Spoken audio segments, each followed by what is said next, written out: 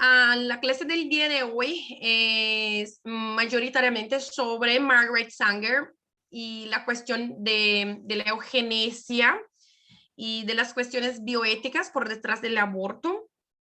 Y los pido que tengan, además de paciencia, que tengan estómago para poder entonces soportar lo que sea necesario para comprender la clase, porque no es una clase fácil debido al contenido. Bien, la del día anterior tampoco fue de la clase anterior tampoco fue fácil, pero la del día de hoy puede ser que pueda ocasionar algún tipo de malestar, visto que vamos a hablar sobre un tema muy complejo que es la eugenesia, la historia de la eugenesia y la implementación de las clínicas eugénicas y de aborto en Estados Unidos y por consiguiente en el mundo. Entonces, empecemos con la historia entonces de Margaret Sanger, que obviamente todos conocen, saben que fue la persona responsable por crear la Planned Parenthood. Aquí tengo un resumen sobre su vida y siempre prometo que voy a enviar las cosas en el grupo, después me olvido, por eso ya antes de la clase ya voy a enviar, para no me olvidar después. Entonces ahí ya estoy enviando en el grupo el resumen de la clase del día de hoy de Margaret Sanger, que es el documento que voy a leer un poquito el día de hoy. Bien, Margaret Louise Higgins nació en 14 de septiembre de 1879. Ella fue una enfermera, sexóloga, escritora y activista del control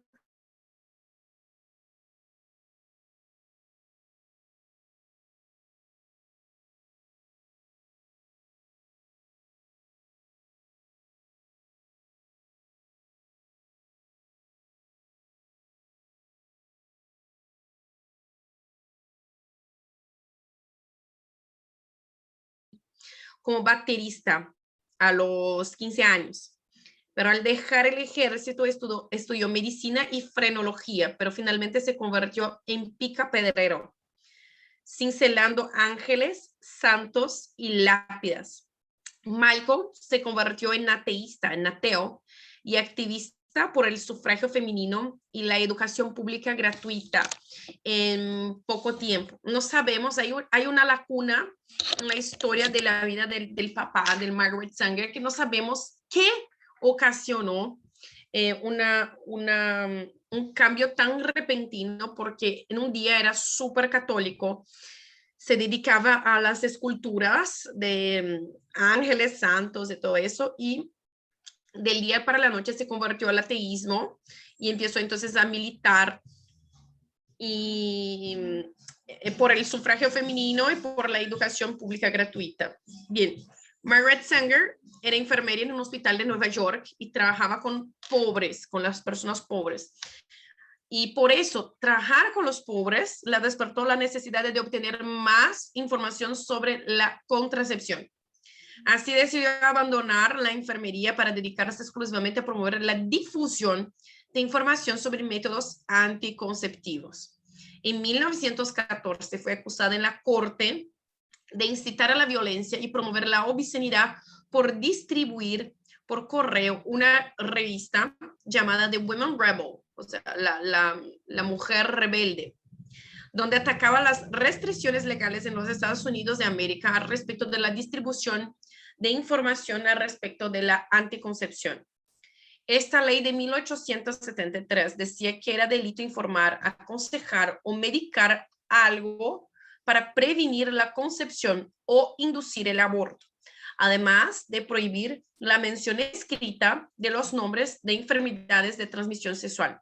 La ley impedía a los médicos y enfermeras de dar este tipo de información a sus pacientes, o sea, al respecto de la contracepción. Su caso fue cerrado algunos años después gracias al apoyo de algunas personalidades influyentes de la sociedad de la época que eran consideradas todas feministas. Mientras tanto, Margaret Sanger se había refugiado en Europa, donde aprovechó la oportunidad para aprender más sobre el control de la natalidad. Ya en 1916, Sanger estableció la primera clínica de control de la natalidad en los Estados Unidos de América en Brooklyn, Nueva York, pero por eso fue sentenciada a 30 días de prisión. Durante este periodo de encierro, construyó una escuela para sus compañeras en prisión. Sí, una escuela de contracepción, de feminismo. Y después de ser liberada, ganó una apelación en la corte que permitió a los médicos en Nueva York a dar consejos entonces y a promover los contraceptivos. El siguiente paso de Margaret Sanger fue comenzar a publicar la revista mensual Birth Control Advice. Y en 1921 fundó la Liga Estadounidense de Control de la Natalidad, que presidió hasta 1928. En 1941, esta liga dio lugar a la Federación Estadounidense de Planificación Familiar, que es precisamente la IPPF y la Planned Parenthood, donde Margaret fue presidenta honoraria. En 1938 lanzó una autobiografía, uno de los muchos libros que escribió a lo largo de su vida. Ella escribió muchos libros y muchos artículos. Uno de entre ellos que vamos a leer juntitos aquí en esta clase. La mayoría de los cuales obviamente trataba sobre el tema del control de natalidad. Entonces, este es un resumen de la vida de ella. Además, ella se casó también con un millonario que financiaba todas estas cuestiones con relación al control de natalidad.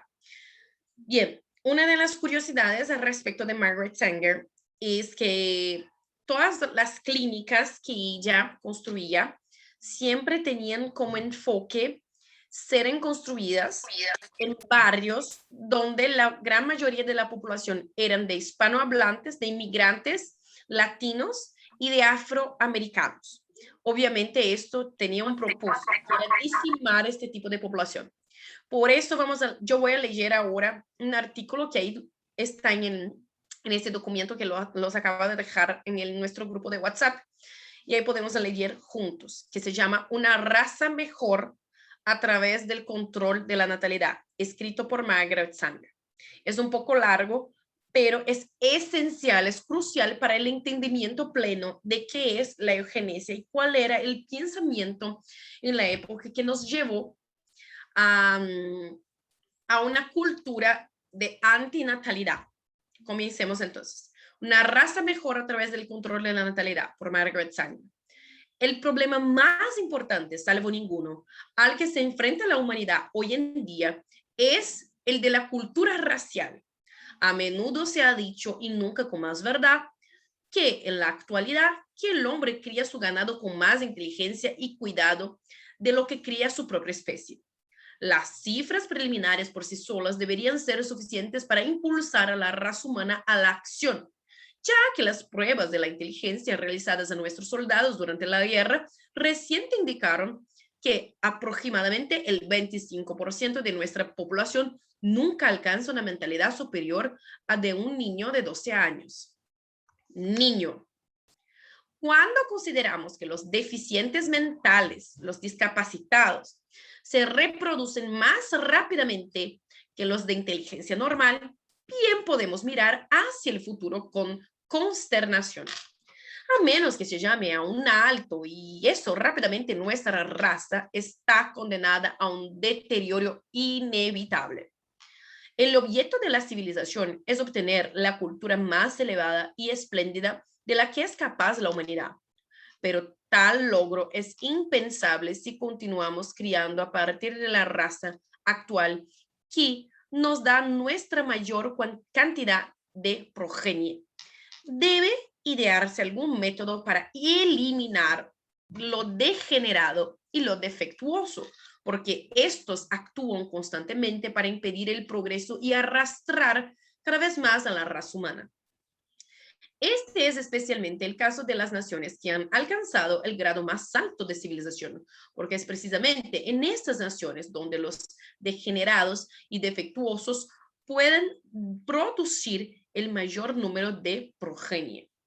Es imposible concebir una legislación eugenésica que sea aceptable y que cubra la necesidad actual.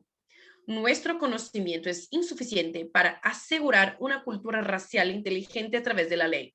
Sin embargo, afortunadamente, el control de la natalidad ofrece una vía de escape.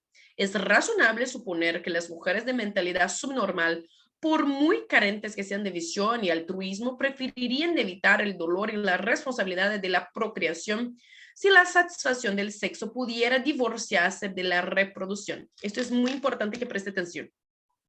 Si la satisfacción del sexo pudiera divorciarse de la reproducción. Es lo que estudiamos ya en las clases pasadas, que el objetivo del feminismo es precisamente desarraigar a la mujer de su naturaleza procreativa. Bien, continuando. Con el control de la natalidad, los no aptos eliminarán voluntariamente a los de su especie. Por otro lado, el control de la natalidad permitirá que un gran número de mujeres inteligentes, como nuestras maestras y enfermeras, contraigan matrimonio sabiendo que puedan limitar a sus familias a sus condiciones económicas. Si bien esas mujeres probablemente no tendrían familia numerosa de niños, no obstante, los que le den al mundo serán de escaso valor y ayudarán materialmente en la mejora de la raza. Además, su efecto saludable sobre el futuro germoplasma de la raza humana, el control de la natalidad será una fuerza eficaz en la solución del problema del mal social y en el control de las enfermedades venéreas. La sífilis es el veneno racial más destructivo conocido por el hombre. La gonorrea es incomparable en su funcionamiento como agencia esterilizadora. Cualquier factor que tienda a disminuir la demanda de relaciones sexuales ilícitas tiende igualmente a reprimir las enfermedades venéreas. Los hombres solteros y los que están casados pero no tienen a sus esposas constituyen el principal patrocinio de las prostitutas. Del dinero que estos hombres están dispuestos y son capaces de pagar por la satisfacción sexual ilícita depende todo el negocio de la prostitución. En la actualidad, la lesión de la mayoría de los jóvenes solteros se encuentra entre el celibato y el vicio. No pueden casarse porque no pueden permitir el sustento de una esposa y hijos, y por lo tanto, sus mentes se vuelven hacia las relaciones ilícitas. Con un conocimiento adecuado del control de la natalidad, estos jóvenes generalmente elegirían el matrimonio en lugar de la prostitución y se podría lograr la solución del problema del mal social. Como trasfondo del matrimonio monógamo, el control de la natalidad es esencial, ya que es claramente una imposibilidad económica para el hombre y la mujer jóvenes promedio mantener tantos hijos como presupondría la fertilidad humana.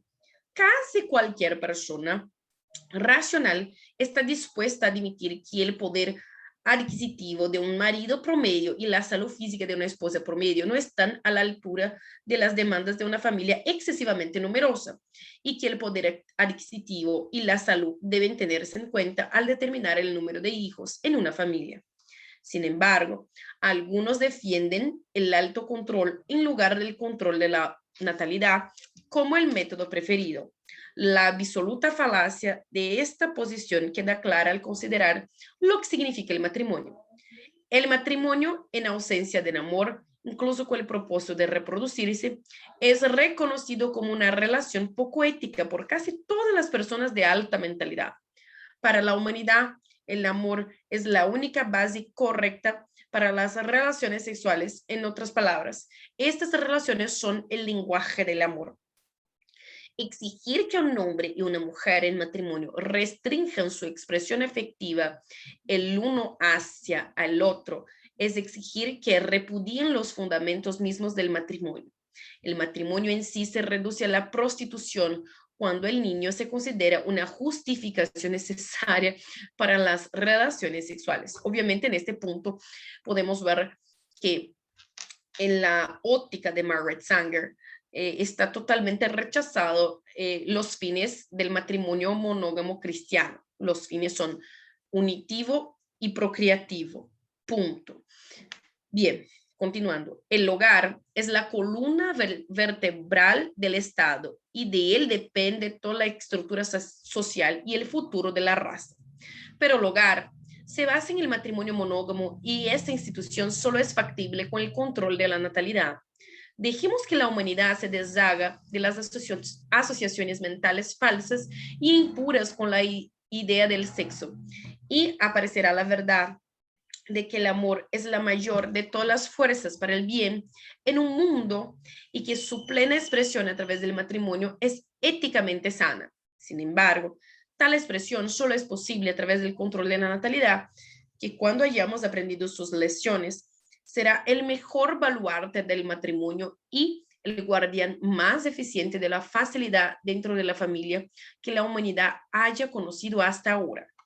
El control de la natalidad significa liberación para las mujeres y hombres. ¿Liberación de qué? O sea, liberación de la responsabilidad de tener hijos. Es lo que significa eso. Significa libertad y felicidad, dice Margaret Sanger. Significa regalos y bendiciones para la familia y la nación. Le dará a la madre el derecho y el poder de tener hijos solo cuando sienta que su salud y fortaleza le permitirán brindarles el cuidado y la atención que necesitan y deben tener. Le dará a la joven esposa la posibilidad de recuperar fuerzas antes de embarcarse en la gran aventura de la maternidad, si ha trabajado duro y muchas horas antes de su matrimonio. Ninguna mujer debe quedarse embarazada cuando está agotada por un parto fatigoso e insalubre. Le dará a la madre tiempo para conocer a sus hijos y dedicarse a las necesidades de cada uno a medida que los cría. Le dará a la mujer la oportunidad de desarrollar el amor maternal en lugar de ser una esclava irritable, abrumada por las demandas de demasiados niños, una esclava angustiada y acusada de una maternidad excesiva. El control de la natalidad le dará valor al marido. Ya no será intolerable, acosado y llevado a la desesperación por los reclamos de una familia demasiado grande para su salario. Preservará y desarrollará su vida doméstica, su amor por su esposa y hijos y su orgullo por el hogar. El control de la natalidad evitará el aborto. Se acabará con la práctica de consumir drogas y narices venenosas para acabar con embarazos no deseados. Pondrá fin a la decena de miles de operaciones ilegales a las que las mujeres acuden desesperadas. Bien, esto fue escrito en la década de 20. Todo esto se pasó y bien, la previsión de Margaret Sanger que el control de natalidad evitaría el aborto, bien. Hoy sabemos que no logró, al revés, en la difusión de los métodos contraceptivos. La verdad, el aborto ahí se entró con un tipo de, hoy es considerado un tipo de método contraceptivo, desafortunadamente. Bien, las madres no se someterán al asesinato de los niños por nacer cuando puedan controlar la concepción. Eso es muy, después voy a comentar todo el texto, pero esta parte en específico es muy cínica porque la propia Margaret Sanger fundó a la Planned Parenthood, a la mayor clínica de aborto del mundo. Eliminará la desgracia de nuestra alta tasa de mortalidad materna. Muchas madres mueren porque no se encuentran en un estado de salud adecuado para soportar la tensión del embarazo y el parto. Lo más misericordioso que hace una familia numerosa por uno de sus niños es matarlo. Margaret Sanger escribe eso en el capítulo 5 de su libro Women and New Race, la mujer y la nueva raza, en la página 231. Lo más misericordioso que hace una familia numerosa por uno de sus niños es matarlo. Reducirá enormemente nuestra tasa de mortalidad infantil. 35,000 bebés mueren todos los días en el día que nacen y casi 70,000 más durante el primer mes de su vida. El fallecimiento de la mayoría de estos bebés se debe a la condición física de sus madres. Si las madres hubieran sabido cómo controlar la concepción, una gran proporción de ellas nunca llegaría a existir. Durante su corta vida han agotado a la madre de las fuerzas de que le quedaban. Agravado las condiciones físicas que hacían imposible su supervivencia, agotado los escasos recursos económicos de la familia a la que han llegado y probablemente causado privaciones y angustia a otros niños, probablemente poco más que los propios bebés. El control de la natalidad también comprobará la tasa de mortalidad de los 100,000 bebés que sobreviven el primer mes pero mueren durante el primer año de vida. La muerte de muchos de estos bebés se debe a la pobreza, el hacinamiento y la falta de atención adecuada por parte de madres demasiado cargadas con muchos niños para atender plenamente a cualquiera de ellos. El control de la natalidad evitará el trabajo infantil. Los niños que trabajan provienen en gran parte de hogares superpoblados con más niños de los que pueden alimentarse y vestirse con el salario del padre. El control de la natalidad evitará la prostitución. Los jóvenes podrán casarse temprano sabiendo que pueden esperar para tener hijos hasta que estén en condiciones de hacer frente a los gastos. Los hombres casados no serán llevados a la prostitución porque se les niegue a sus esposas, cuyo amor por sus maridos ha sido destruido por inquietante miedo al embarazo. Cuando una mujer se libera de este miedo, no dudará en expresar plenamente su amor por su marido, una expresión que es necesaria para que el amor se mantenga vivo y floreciente.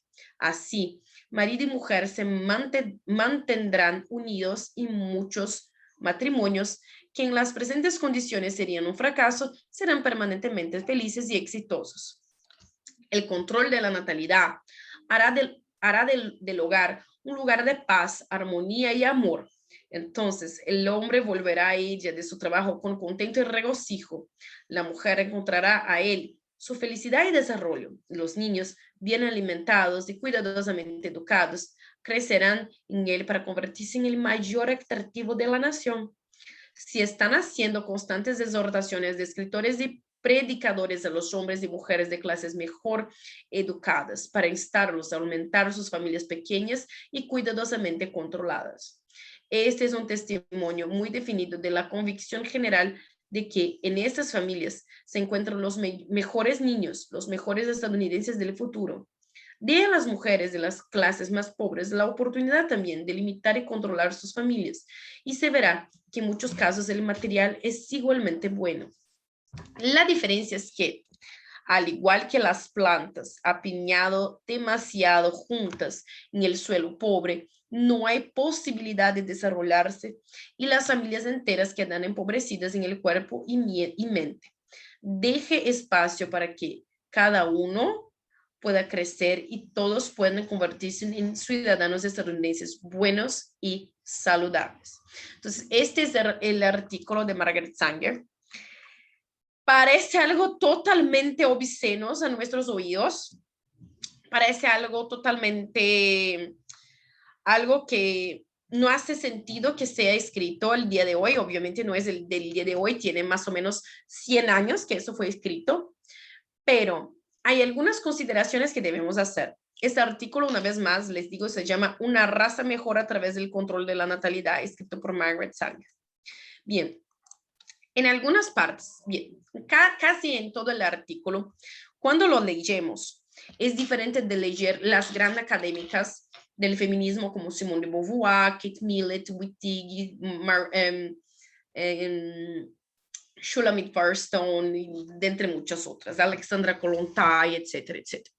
Cuando leemos Margaret Sanger, ella tiene una manera incisiva, pero también tierna de escribir, porque parece que se compadece a los matrimonios, a la cuestión de la prostitución, a la cuestión del trabajo infantil, a la cuestión de la salud de la madre, todo eso. Entonces, es como si fuera más tierna. Cuando leemos, está todo tan tierno, tan fácil de se comprender, que por un momento, solo un momento, a veces pensamos, oye, puede ser que qué bonito lo que está escribiendo Margaret Sanger. Ay, Margaret Sanger sabía lo que estaba pasando en el interior del corazón de una mujer, etcétera, etcétera. Qué gracioso que Margaret Sanger tuvo 2 hijos, los crió, los cuidó, los educó, los formó, los licenció en la universidad. Entonces, ella tuvo una familia, pero trabaja con la idea de que las familias, perdón, que las familias no deben existir y que hay que haber una manera de construir una nueva raza, una raza de gente saludable, una raza de gente que no puede ser defectuosa, que no puede ser discapacitada, una raza de gente que precisamente es considerada gente buena, saludable y prácticamente perfecta. Y que algo distinto a eso es algo que no debe existir. A través de este artículo, Margaret Sanger consigue convencer al estadounidense mediano de que el control de la natalidad es el punto clave para el desarrollo de una calidad de vida ejemplar de todas las personas en Estados Unidos, de los niños, de la esposa, del esposo, etcétera, etcétera. Casi que Margaret Sanger ampara y defiende en este artículo casi el matrimonio heterosexual, monógamo y cristiano. Y la verdad, todo eso, este artículo está lleno de desinformaciones y de técnicas de contrainteligencia que fueron desarrolladas propositadamente para que nosotros, como individuos que muy probablemente ya pasamos por una situación de pensar en anticoncepción, en antinatalidad, muchos de nosotros que utilizaron condones, pastillas, etcétera, etcétera, cuando leemos, algunas veces nos da la impresión, nos regala la impresión de que sí, que Margaret Sanger tiene razón. Pero cuando nos acordamos que esta señora no hacía eso por la salud de la mujer, ni por una preocupación por el desarrollo educacional y moral de los hijos, ni del marido, ni nada. Esta mujer hacía eso por un proyecto de poder para difundir entonces las clínicas eugenésicas, para entonces poner en práctica todo el poder y todo el plan del aborto y de la antinatalidad a través de algo, de un tema totalmente político que nos brinda con la idea de que la mujer, si tuviera muchos hijos, va a estar insalubre, entonces es mejor que tenga pocos hijos para que esté saludable, que pueda cuidar de todo eso, para que pueda ser feliz, que el hombre, que el control de natalidad va a ser el mejor amigo de un matrimonio, porque ahí el hombre no va a tener más la necesidad de consumir la prostitución, etc. Entonces, por este artículo podemos decir que la gran solución de todos los problemas del mundo es precisamente el control de la natalidad. Es casi como si Sanger nos estuviera diciendo exactamente eso. Para todos los problemas hay el control de la natalidad, pero también hay un problema cuando decimos que es imposible aplicar eso de una manera totalmente antinatural y esperar resultados y condiciones positivas. Bien, hay algunas frases propuestas por Margaret Sanger y voy a compartir pantalla exactamente ahora. A ver.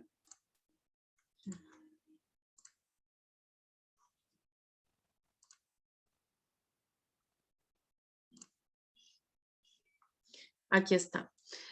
A mí me gusta mucho traer frases dichas por las personas que estamos estudiando para comprender, además de su biografía, de su familia, para también comprender su filosofía, su tesis y su aplicación empírica y dialéctica.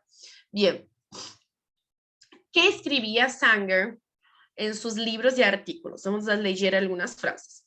Las personas de color son como malas hierbas y necesitan ser exterminadas. La eugenesia es la vía más adecuada y completa para la solución de los problemas raciales, políticos y sociales. O sea, extermine a la gente que no está de acuerdo con su pensamiento. También escribí, incluso esto no será suficiente porque lo creo ahora inmediatamente. Debería haber una esterilización nacional para ciertos tipos de disgénicos de nuestra población que están siendo alimentados a reproducirse y morirían si el gobierno no los alimentara. El control de la natalidad es el primer paso importante que debe dar la mujer hacia la meta de su libertad. Es el primer paso que debe dar para ser igual al hombre. Es el primer paso que ambos deben dar hacia la emancipación humana. Toda la persona con alguna debilidad mental es una posible fuente de una descendencia defectuosa e interminable. Damos preferencia a la política de esterilización inmediata con el fin de prohibir por completo la procreación de los débiles de mente.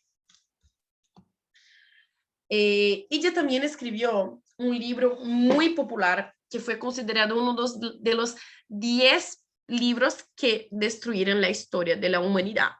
Este libro se llama El pivot de la civilización. Ahí, de este libro, yo quité algunas frases para que podamos reflexionar mejor. Los seres sanos deben reproducirse en abundancia y los ineptos deben abstenerse. Este es el principal objetivo del control de la natalidad. Control de la natalidad. Más hijos de los sanos, menos de los discapacitados. Control de la natalidad para crear una raza pura. O sea, ¿quién nos decía sobre raza pura? O sea, esta idea eugénica no nació con Adolf Hitler. Adolf Hitler puso en plática, pero obviamente esto era ya un tema, un debate, una pelea política, filosófica y moral y bioética que se arrastraba ya a muchas décadas. Ninguna mujer u hombre tendrá derecho a convertirse en padre o madre sin permiso parental.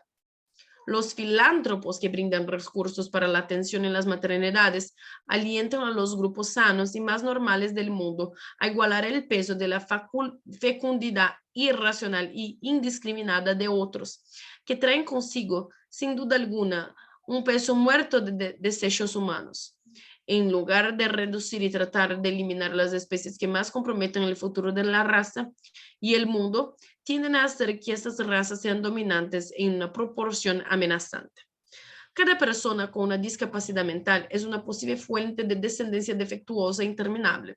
Damos preferencia a la política de esterilización inmediata a prohibir completamente la procreación de los débiles de mente.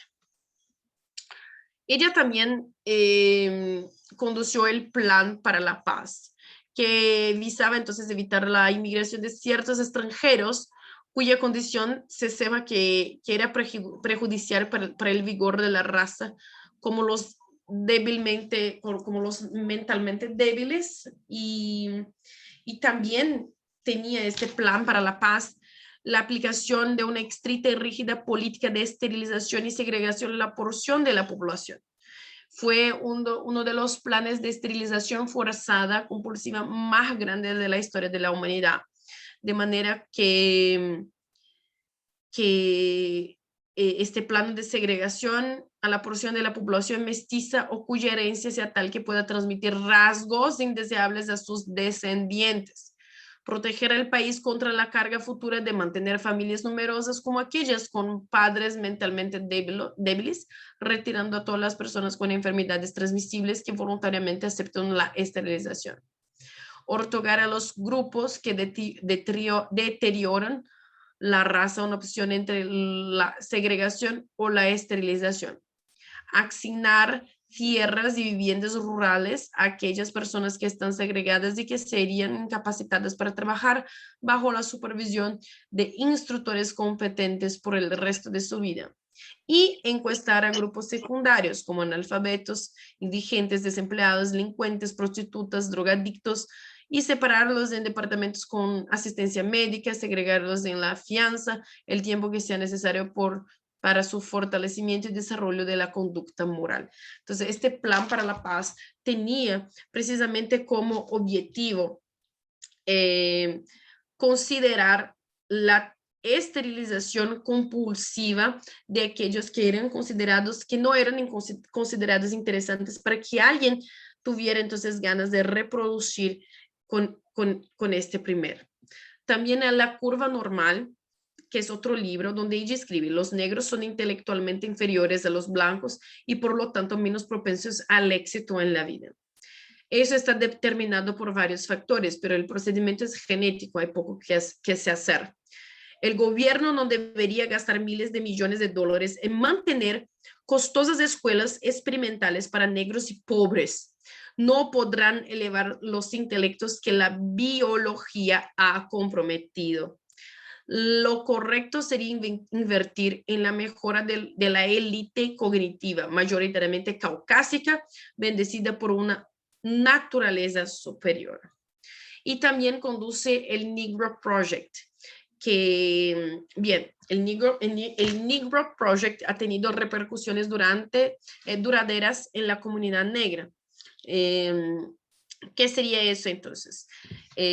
Aquí los leo. Debemos contratar a 3 o 4 ministros de color, preferiblemente con experiencia en el trabajo social, con personalidades cautivadoras. Ministros en este sentido, Margaret Sanger estaba escribiendo en el libro Mujer, Moralidad y Control de la Natalidad, en la página 12, lanzado en 1922, que para conducir un ideal de contracepción a las personas negras, sería entonces necesario contratar ministros, o sea, obispos y ministros de la iglesia protestante, para entonces conducir a través de la palabra a sus feligreses entonces a adherir los métodos contraceptivos. Entonces, de nuevo, debemos contratar a 3 o 4 ministros de color, preferiblemente con experiencia en el trabajo social y con personalidades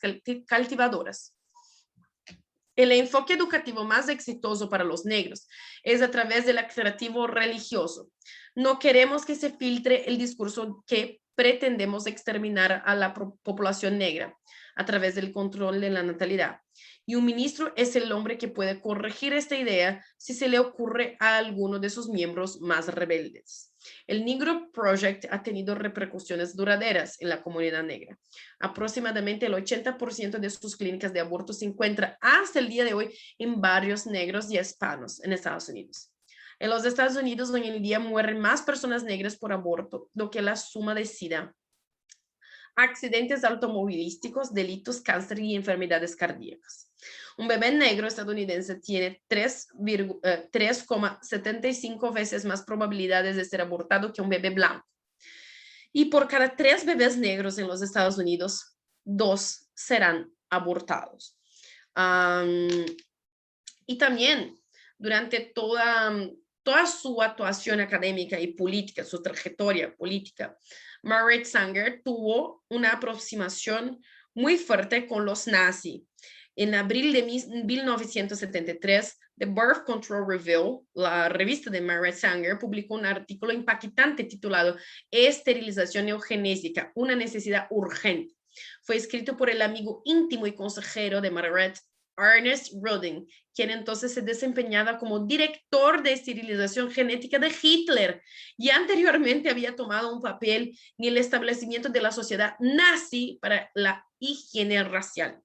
Más tarde, en junio de este mismo año, The Birth Control Review publicó un artículo de Leon Whitney titulado Esterilización selectiva, que elogió y defendió firmemente los programas de purificación de razas anteriores al Holocausto del Tercer Reich. En su bibliografía, Sanger explicó cómo ella también tenía relaciones estrictas con el grupo supremacista Ku Klux Klan.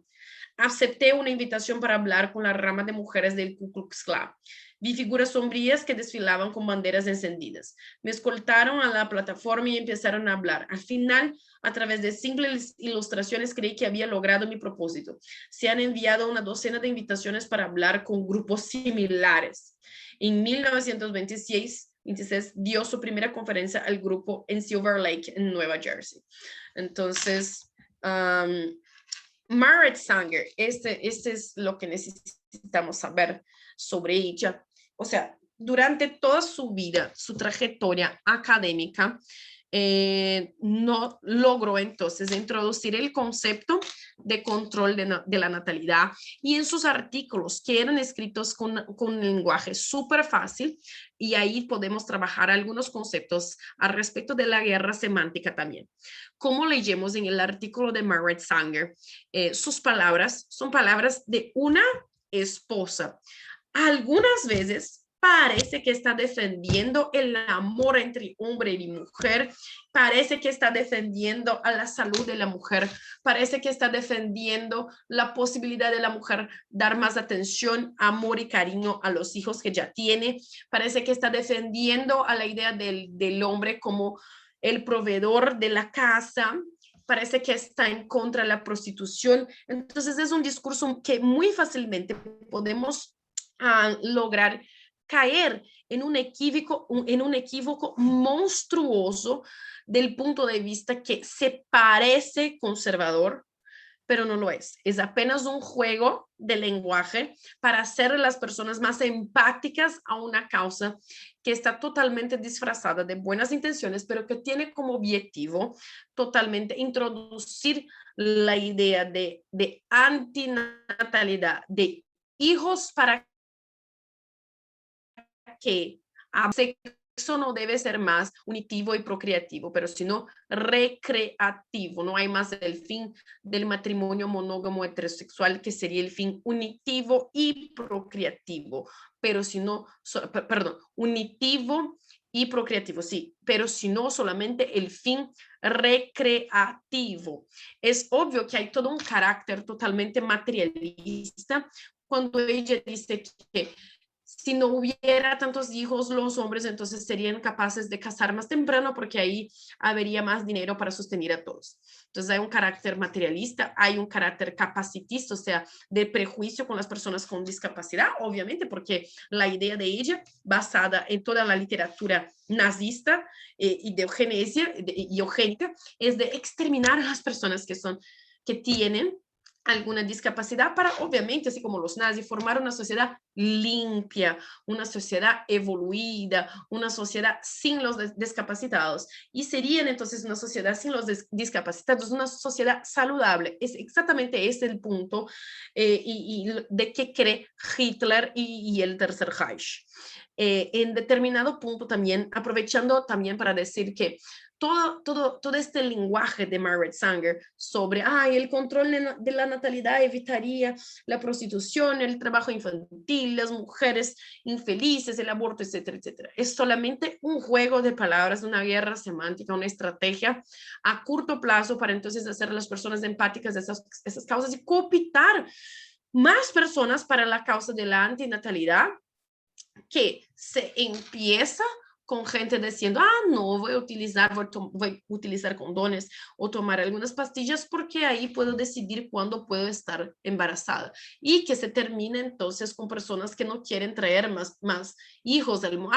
¿Para qué voy a ser mamá? No quiero tener hijos porque el mundo está muy podrido, el mundo está complicado, el mundo está feo, está criminal, está delictuoso, está peligroso, o el mundo, cuestiones relacionadas también a las cuestiones del medio ambiente, ambientales, como el mundo ya sufre mucho con el aquecimiento global, entonces no voy a traer hijos, y un fenómeno postmoderno muy raro que aquí no sé cómo se llama en español, pero en Brasil se llama mamá de pets.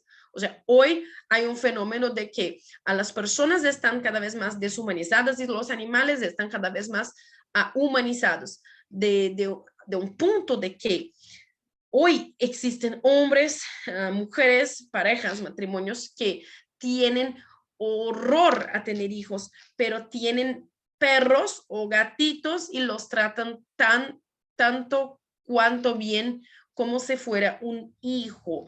Y entonces hay esta inversión de valores en la escala zoológica, que no se trata más como hijo un niño, un filhote de ser humano, pero sino un filhote de perro, donde muchas veces los conceden más dignidad y respeto do que un propio embrión, feto o bebé de nuestra propia especie.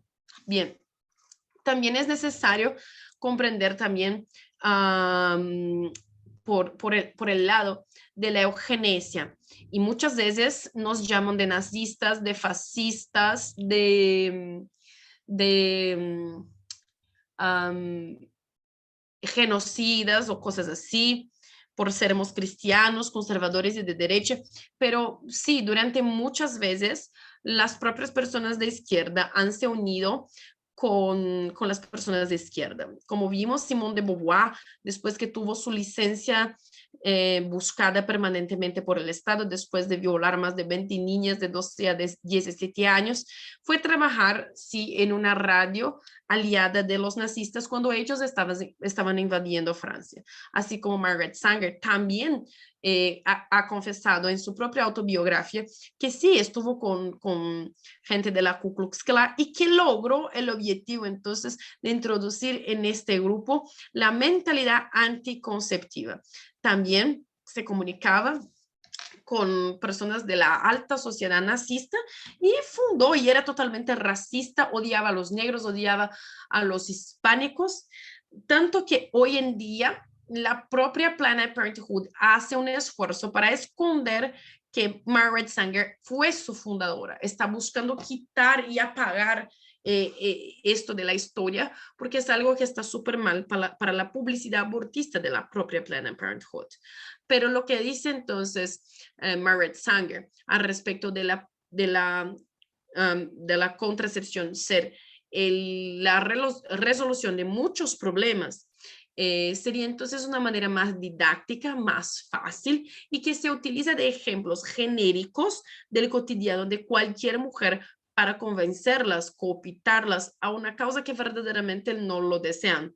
Entonces es muy fácil decir que la mujer está agotada, que la mujer no sabe qué hacer, que la mujer está cansada, que la mujer eso, aquello, etcétera, etcétera. Toda ama de casa, toda mujer que trabaja, estudia y cuida del hogar va a sentirse así, porque la maternidad, además de bonita, además de increíble, también cansa, así como cualquier otra actividad humana que no sirve para dar cuenta, no sirve para nosotros como fin último, pero sino a la formación de otras personas, la formación de terceras personas.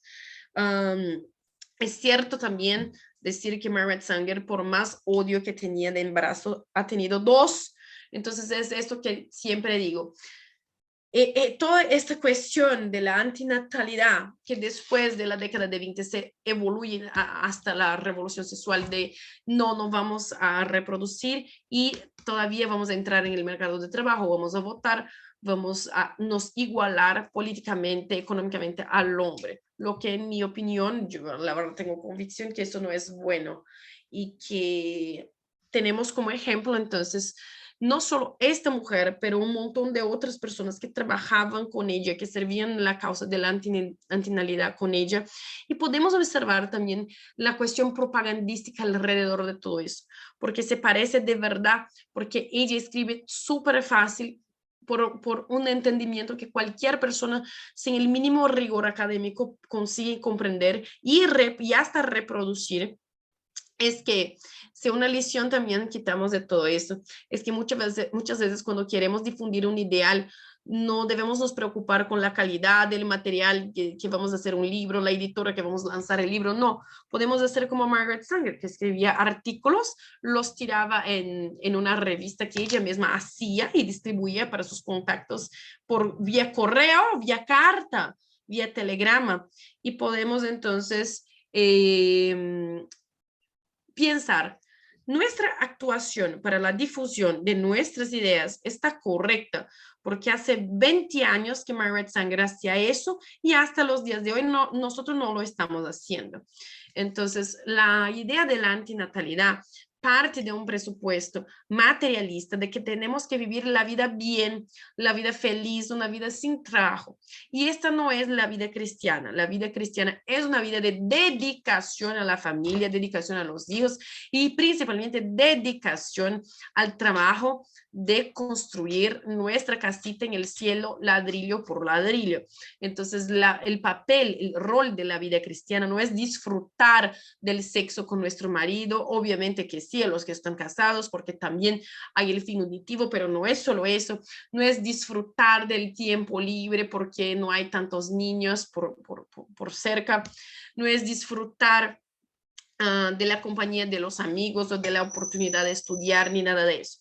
La vida cristiana es muy clara en lo que nos pide Dios, es poblar el mundo, es ser un pivot, no de la civilización, como escribe Margaret Sanger, pero no un pivot para ser responsable, para sermos responsables entonces para la difusión de sus ideas y para salvar almas al reino de Dios. Entonces, para una persona que no tiene idea de qué es la salvación, un texto como este de Margaret Sanger, que leemos su artículo, es algo totalmente placentero porque nos quita totalmente la responsabilidad de cualquier uno de nuestros actos. Entonces, es como si fuera la solución de todas las cosas.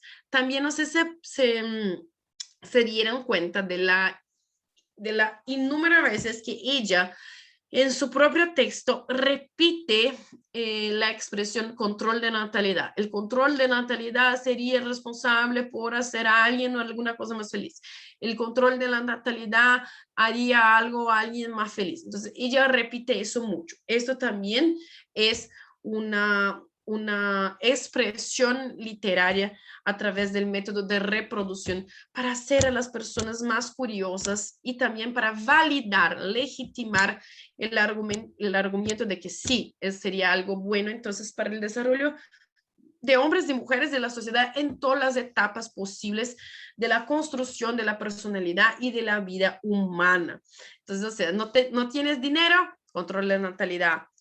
Alguien te da un cachete en la calle, te roba el teléfono, control de natalidad. Alguien roba tu carro, control de natalidad. Tu perro te muerde, control de la natalidad. Entonces, en la cabeza de las feministas, de Margaret Sanger, todos los problemas de la posmodernidad que nosotros tenemos serían entonces resolvidos con el control de la natalidad, algo que es totalmente inmaturo de pensar, está totalmente desarraigado de la realidad de las cosas, es un pensamiento totalmente desordenado, antinatural, porque obviamente en cuestiones de familias numerosas, obviamente las familias numerosas existen porque Dios o la naturaleza, como preferir llamar, les regala la oportunidad. Y esta propaganda no nos cuenta de todos los efectos que nos trae las pastillas, por ejemplo, y cómo el condón adentro de una relación del matrimonio puede, en la verdad, apartar, separar una pareja que debería entonces estar lista y comprometida a asumir un relacionamiento, teniendo en cuenta estos dos caracteres, unitivos y procreativos. Entonces, junto al feminismo y a la revolución sexual, se viene entonces la cuestión de la antinatalidad. ¿Hijos para qué? Entonces, Betty Friedan cuestiona mucho el rol de la maternidad y del matrimonio en las cuestiones sociales de las mujeres en Estados Unidos, y también se cuestiona también eso, Margaret Sanger diciendo que no, ¿para qué tener muchos hijos? Mejor tener un hijo solo y educarlo para ser el mejor de las cosas, para mantener una sociedad saludable. Entonces, pero yo les pregunto, ¿para qué tener una sociedad saludable? Eliminando personas con discapacidad, pero teniendo personas totalmente enfermas psicológicamente, porque la sociedad el día de hoy es en eso que se convirtió. Entonces, Margaret Sanger hace algunas previsiones totalmente equivocadas al respecto de cómo sería el futuro si las políticas públicas y programas de gobierno y proyectos de ley acerca de el control de natalidades se lograse. O sea, se logró. El aborto continuó, el trabajo infantil continuó, los divorcios continuaron, la prostitución continuaron. ¿Por qué? Porque problemas de una magnitud tan extensa no pueden ser resolvidos, no pueden ser solucionados a través de un otro problema, porque la contracepción es otro problema, quita totalmente el carácter del matrimonio, que es unitivo y que es procreativo, y nos trae la idea desde de Sade, de Reich, de Kinsey, de Beauvoir, de Friedan, de Millet, de que el sexo no debe ser para unir un matrimonio y para procrear y perpetuar la especie, pero solo con un fin para divertimiento. Entonces, la relación sexual es disminuida de un carácter que es santo y metafísico solamente para algo que concierne al cuerpo y al cuerpo de la manera más animalesca posible. Entonces, las relaciones sexuales son totalmente deshumanizadas y bajadas de la jerarquía que está envuelta a un matrimonio, o sea, algo sagrado, y cae totalmente a la escala zoológica, nos convirtiendo entonces en animales totalmente. Eso es lo que hace el feminismo, eso es lo que hace la revolución sexual, como si el objetivo último, el fin último de nuestra existencia fuera el gozo por el gozo. Y todas las otras cosas que importan de carácter totalmente desarrollado de un punto de vista epistemológico, ontológico, y con fines de amistad, amor, respeto y desarrollo humano, solamente para algo que dice respecto a los deseos más primarios y anticivilizatorios posibles. Entonces, la humanidad es reducida de toda la gran y incomparable capacidad de hacer las cosas, es solamente reducida a la capacidad de sentir y disfrutar, y no de lograr construir, reproducir o cualquier cosa así. Entonces, la humanidad, por vías del tema de las relaciones sexuales, está totalmente,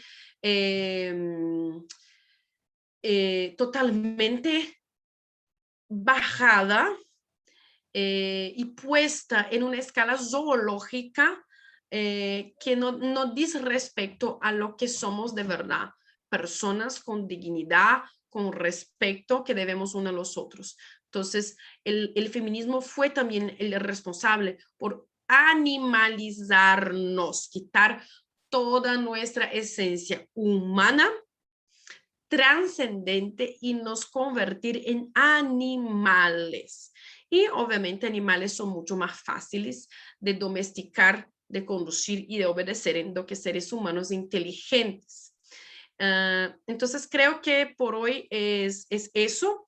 No sé si alguien tiene alguna pregunta, y aprovecho que aquí con vosotros en línea aquí para compartir los videos de la clase pasada en nuestro grupo. Y ahí ahora estamos abiertos a preguntas. Creo que tenemos 10, 15 minutos para preguntas también. Lucila, gusto en saludarlas a todas nuevamente. Pues mira, no sé si pudieras, quedaste de subir el video de lo del embarazo para que lo pudiéramos. Eso es lo que estoy haciendo ahorita. Y ok, y si pudieras poner las láminas o pudieras subirlas para poderlas leer con calma, porque sí son conceptos que yo pienso que tenemos que profundizar. Gracias, claro. Y gusto en saludar a... Las láminas yo las puedo subir, pero el artículo que los envié hoy más temprano, ahí tienen todos los textos que están en las láminas. Está incluso más fácil de leer porque está uno bajo del otro. Aquí ya estoy enviando los dos videos que estaban pendientes. Aquí el video. Está cargando el video de cómo se nacen, del desarrollo humano desde el punto de vista de la embriología clínica. Está cargando ahorita en el grupo también. Y el artículo que yo leí junto con el texto de las láminas también está disponible ahí con el título Margaret Sanger por Sarah Winter. Está en PDF ya en el grupo.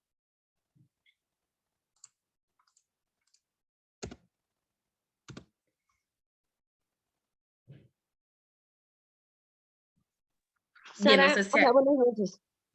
Oye, una pregunta. ¿Alguien ayudó a Margaret a fundar las Planned Parenthood? Sí, muchas personas ayudaron. Entonces había una gran asociación de personas a favor de la eugenesia, a favor del control de la natalidad. Entonces, Margaret Sanger fue la presidenta de esta asociación durante más o menos unos 20 años. Y había muchas personas en Estados Unidos, en Europa, incluso en Latinoamérica, que tenían este pensamiento eugenésico eugénico, este pensamiento era algo que en la época, en los años de 1890, 1900, 1910, 1920, era algo desafortunadamente súper común de pensamiento, pero hubo personas que solo pensaban y hubo gente que ha puesto en práctica, como Margaret Sanger. Ella casó, ahora me escapó el nombre de su marido, Sanger es el nombre de él, porque el apellido de ella es Higgins, creo que es Carl Sanger. Él era un multimillonario que trabajaba con acciones en la bolsa de valores y prácticamente financió todo eso. El más curioso es que ella tuvo 2 hijos con él. O sea, esto es más una prueba de que el control de la natalidad es solo impuesto a los cristianos conservadores, porque a la gente de izquierda, a los comunistas, a los globalistas, se ha incentivado a los musulmanes que tengan muchos hijos. Al lobby LGBT es incentivado que tengan hijos, que se casen, que adopten, que hagan hijos artificialmente a través de métodos de contracepción in vitro, por ejemplo. Entonces, los únicos que no tenemos derecho de reproducir y perpetuar nuestra especie somos nosotros los cristianos. Los otros todos los tienen. Entonces, esto también es parte de una guerra demográfica. Eso es muy importante también que podamos comprender. No percibirán que el lobby gay pelea por el derecho al matrimonio, pelea por el derecho a reconocer una unión entre ellos. Pero ¿cuántas décadas ellos han utilizado? ¿Cuánto dinero, invertimiento, artículos académicos, pesquisas, etcétera, etcétera, para imponer, para tirar, para nos hacer tragar el divorcio? Entonces, el divorcio es para los cristianos. El matrimonio, la unión civil sería para ellos. Nosotros cristianos que nos divorciemos, a los otros quieren familia. Hay todo este esfuerzo de control de la natalidad, de aborto, de contraceptivo para nosotros cristianos, pero para los homosexuales, por ejemplo, se es incentivado que tengan familia, pelean por el reconocimiento de la familia, mientras quieren destruir la nuestra, ellos quieren que la de ellos sean debidamente reconocida. Así como quieren que nosotros matemos nuestros hijos o los impidimos de nacer, ellos están peleando por vientre de alquiler y por inseminación artificial para poder tener hijos. Así los musulmanes también lo están haciendo, solo que lo hacen de manera más natural, obviamente. Entonces, eso también se trata de una guerra demográfica, impedir que el enemigo reproduzca, perpetúa su especie y perpetuar la tuya entonces en masa para que a largo plazo, eso es una estrategia de conquista a largo plazo, entonces haya una dominación demográfica por parte de esta gente. Ok, gracias, Sara. De nada. ¿Alguien más que quiera preguntar alguna cosa?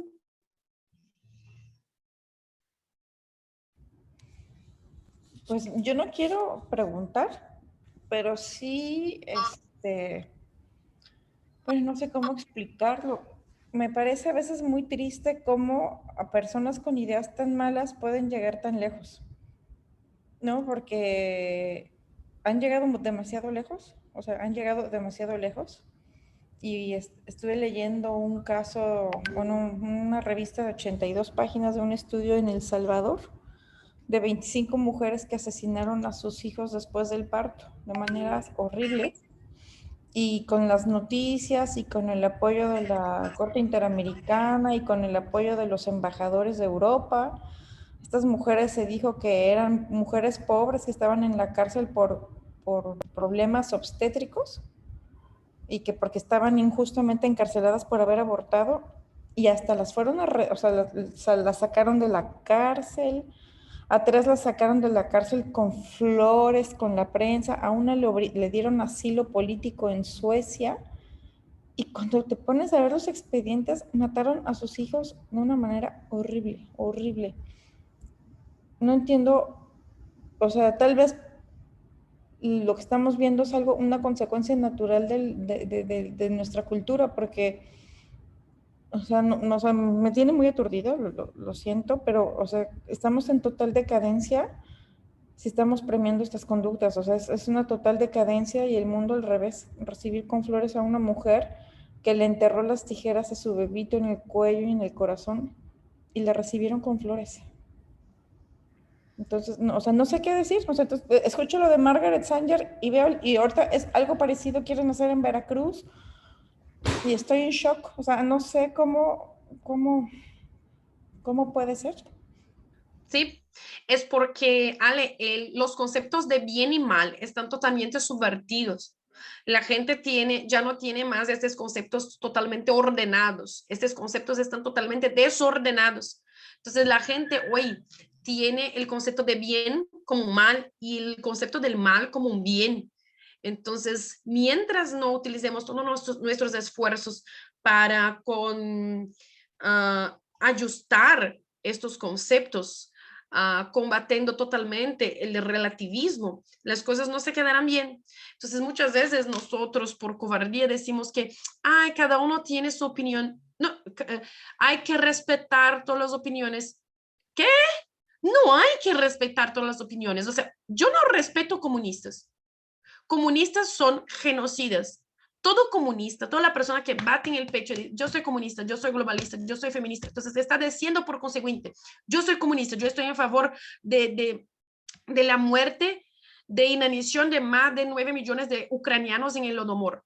Toda la persona que dice, yo soy comunista, yo soy parte del Partido Comunista, yo soy socialista, está diciendo que yo estoy en favor de las más de 100 millones de muertes que ocasionó durante toda su historia, durante más de 114 años, el socialismo en más de 30 países diferentes. Todas las dictaduras, los secuestros, las torturas, las violaciones, las guerras, todo eso.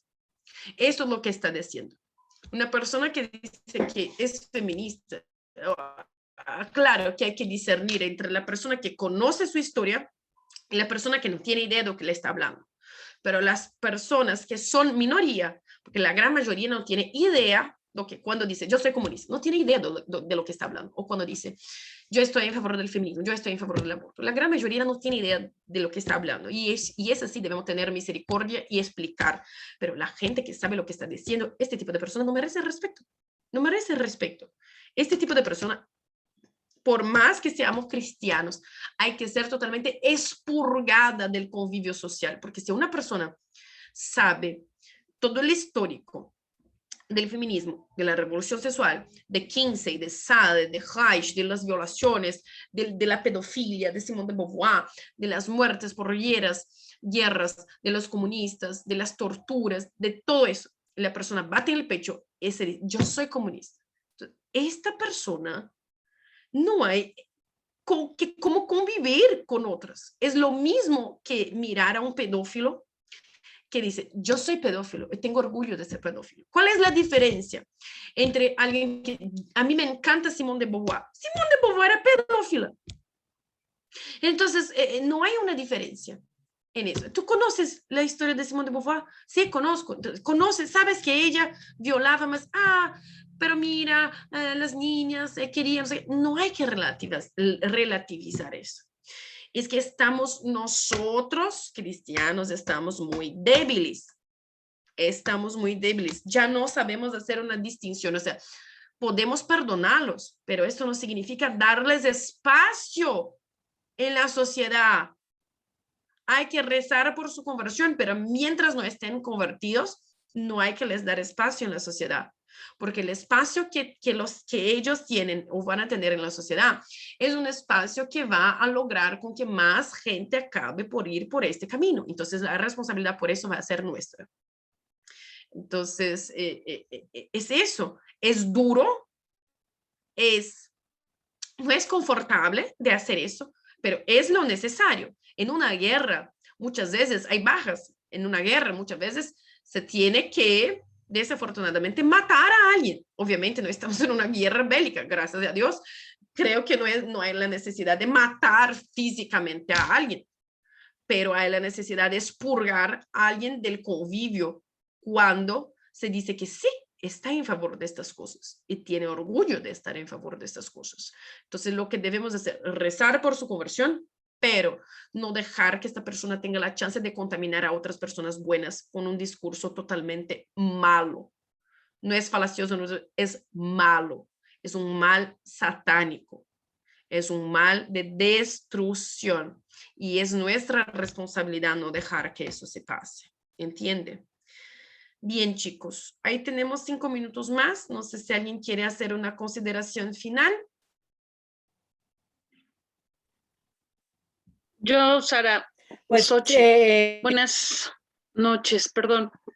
Sí, tienes mucha razón, pero desgraciadamente estamos siendo los católicos los que creemos en la vida y estamos a favor de la familia, los que en algún momento somos relegados, porque desgraciadamente ahorita hasta en las escuelas, ahora con las marchas feministas y todo esto, en la universidad les están ofreciendo puntos a las que vayan a las manifestaciones. Y esto es verdaderamente aberrante. No saben, sí, efectivamente, no saben ni a lo que van. Les rebates las cuestiones y no, eso no es cierto, no es lo mismo. O sea, ¿cómo no va a ser lo mismo? Están peleando por no más feminicidios. Le digo, pero ¿estás a favor del aborto? Entonces, si es niño, si lo abortas. Si es niña, no. Eso es discriminación. Entonces claro, ya no somos parejos, ya no somos iguales. No, eso no es. Entonces sí es realmente muy preocupante. A mí me genera mucha impotencia porque a veces no sé cómo rebatirlas, cómo hacer entender, porque son muy jóvenes y están arriesgando mucho ellas. Como tú dices, sí, efectivamente, un aborto nunca es seguro y sí, no es para la salud de la mujer. Al contrario. Exacto. Generalmente yo en este tipo de argumentación, la gente como ya tiene muy formado en su cabeza de que el bebé no es un bebé, no es un niño, no es un ser humano, relativiza totalmente la vida del bebé. Yo me concentro entonces en utilizar los argumentos pro salud de la mujer. Entonces, ¿para qué someter a la mujer a un procedimiento que puede desarrollar hasta 480% de chances de cáncer de mama?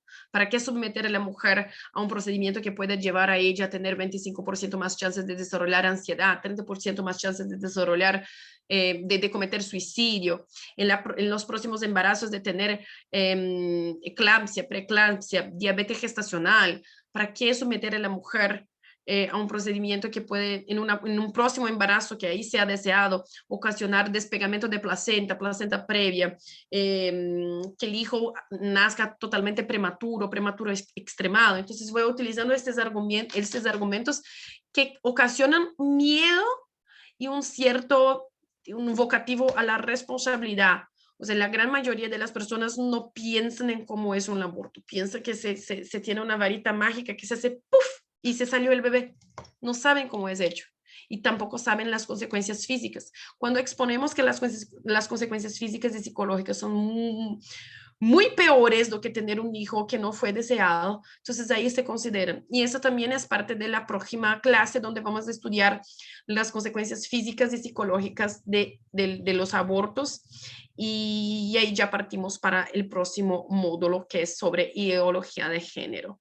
Entonces, bien, por hoy es solo eso. Les agradezco una vez más la presencia. Como hablé, creo que hoy es una clase muy difícil de escuchar este tipo de cosas, que es súper chocante, y queda entonces como un ejercicio que ustedes pueden hacer.